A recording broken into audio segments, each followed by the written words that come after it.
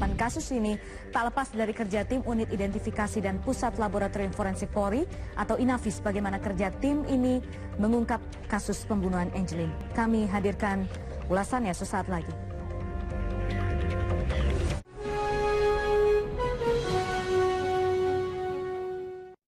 Didukung oleh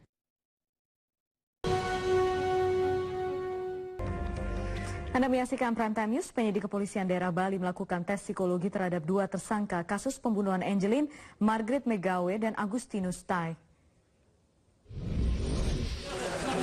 Tersangka pembunuh Angelin, Margaret Megawe dibawa 2 penyidik dari sel tahanannya menuju ruang tes psikologi di Satuan Bina SDM Polda Bali.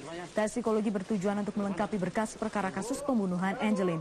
Pemeriksaan dilakukan dalam bentuk tertulis dan hasilnya akan diperiksa oleh tim psikologis Mabes Polri. Selain Margaret, tersangka Agustinus Tai juga menjalani tes psikologi. Kedua tersangka berada dalam kondisi sehat. Pemeriksaan psikologi masih akan dilanjutkan dalam bentuk tes lisan bersama psikolog kepolisian.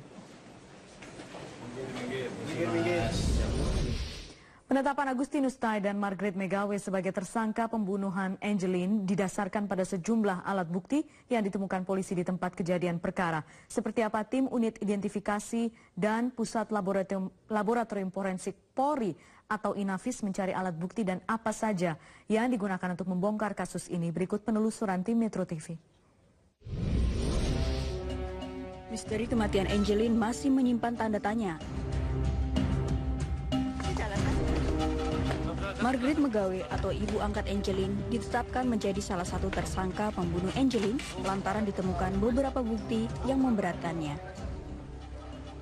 Dalam kasus kematian Angelin, salah satu yang berperan mengungkap siapa tersangka pembunuh Angelin ialah tim INAFIS.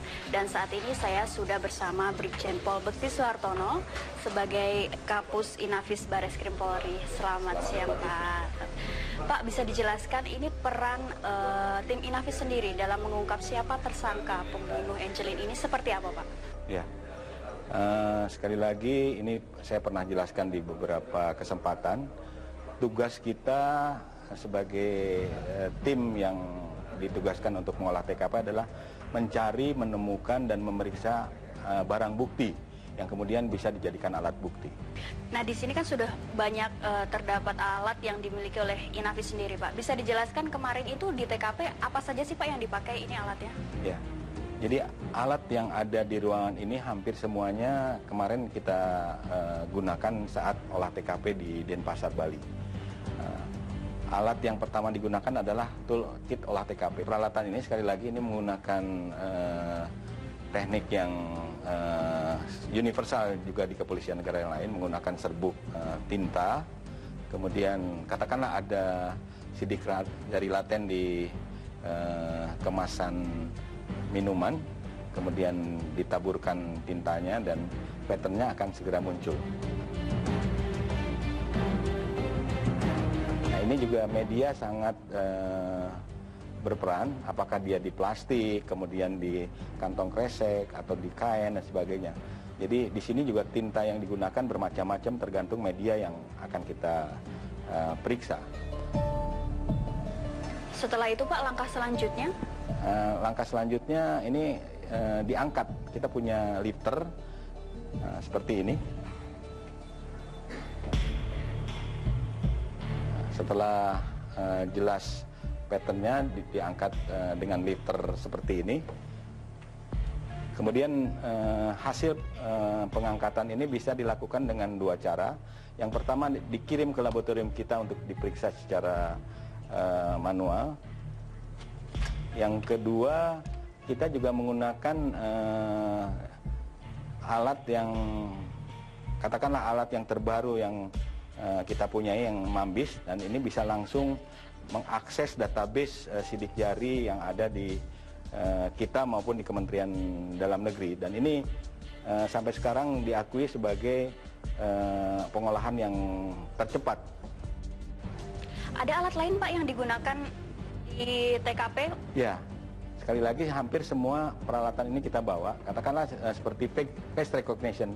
Walaupun ini kemarin penggunaannya relatif kecil, tetapi kita siapkan kalau ada kesaksian di mana menunjuk seseorang kemudian dideskripsikan oleh saksi tersebut, ini dengan cepat bisa tergambar.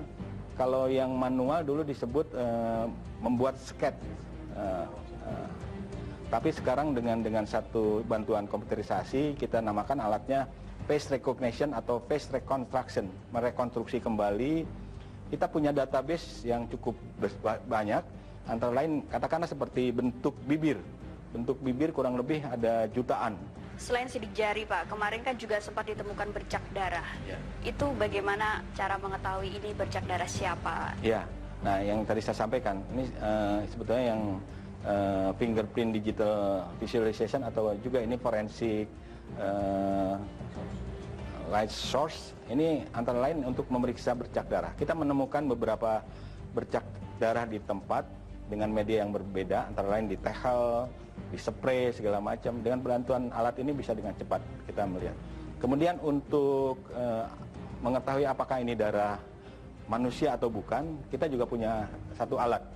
Dan ini untuk di TKP sendiri ini dengan cepat. Nah, sayangnya peralatannya kita tidak bisa showing di sini, tetapi sekali lagi kita di TKP pun bisa menyimpulkan ini darah manusia atau bukan. Dan untuk selanjutnya ini darah siapa dan sebagainya, ini memerlukan pemeriksaan laboratorium yang lebih detail. Selain alat yang sudah Bapak jelaskan tadi, apalagi Pak yang digunakan? Ya, ini fingerprint digital imaging scanner kit. Kalau patternnya karena background yang berbeda, kurang jelas, ini dengan alat ini ketajaman gambarnya bisa dipertajam. Kalau alat yang di belakang Bapak ini? Nah, ini sebetulnya alat ini yang termasuk peralatan yang baru. Ini juga kita baru pergunakan kurang lebih 1-2 tahun terakhir. Ini adalah kita namakan 3D laser scanner. Kalau dulu mengolah TKP kita harus memotret bagian per bagian, tapi dengan alat ini cukup ditaruh di tengah dengan radius kurang lebih 300 sampai 500 meter, itu bisa tercover semuanya dengan sekali ambil. Dan kehebatan alat ini juga bisa menghitung jarak satu alat bukti dengan alat bukti yang lain dengan akurasi yang hitungannya per milimeter. Jadi boleh dikatakan ini sangat akurat. Kemudian untuk membantu kalau ada cekungan atau belokan segala macam, ada alat bantu yang warna putih ini. Jadi tidak ada masalah kalau katakanlah kemudian TKP ini berbentuk letter L dan sebagainya. Ini juga tetap akan bisa kita cover. Termasuk yang di kasus Angelin? Ya, termasuk di kasus Angelin. Karena katakanlah kalau ada alat yang dipakai untuk memukul, kemudian dibuang, berapa jauh lemparannya, sebagai macam, semuanya bisa dianalisis dengan bantuan alat. Agus dan Margrit telah menjalani rekonstruksi di tempat kejadian perkara. Satu demi satu, fakta di kasus pembunuhan Angelin mulai terkuak. Hingga kini, kasus pembunuhan ini masih ditangani Polda Bali. Dari Jakarta, Afrid Wirabuana, Ali Hamdan, Metro TV.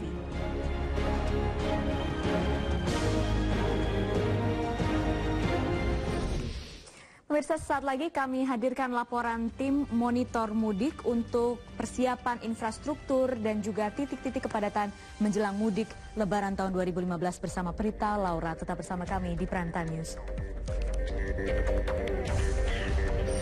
Polres Jakarta Selatan, Kombes Pol Wahyu Hadiningrat menerangkan, dari hasil visum, GT terbukti mengalami penganiayaan dengan bekas luka di sejumlah bagian tubuh. Selain menganiaya GT, dari hasil tes urin, Leasa juga positif menggunakan narkoba jenis ganja. Rencananya polisi akan kembali memeriksa Leasa Senin pekan depan.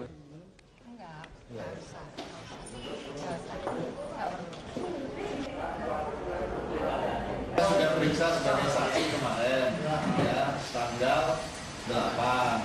Kemudian berdasarkan pemeriksaan sebagai saksi, kemudian diperkuat juga pemeriksaan psikolog, diperkuat juga pemeriksaan urin, kemudian dari keterangan-keterangan saksi lain yang sudah kita formulir, kemudian kita ambil kesimpulan dari pemeriksaan kita sebanyak 11 saksi. Terlapor ini yang tadinya diperiksa sebagai saksi akan kita tingkatkan pemeriksaan menjadi tersangka statusnya. Bahwa akan berarti Pak? Iya, ya kan ditanya perkembangan sekarang. Tersangka untuk kasus penganiayaan. Selain ditetapkan sebagai tersangka, Leasa Sharon Rose juga terbukti positif menggunakan narkoba jenis ganja. Dua perkembangan terbaru ini menguatkan dugaan kekerasan yang dilakukan Leasa terhadap anak kandungnya, GT.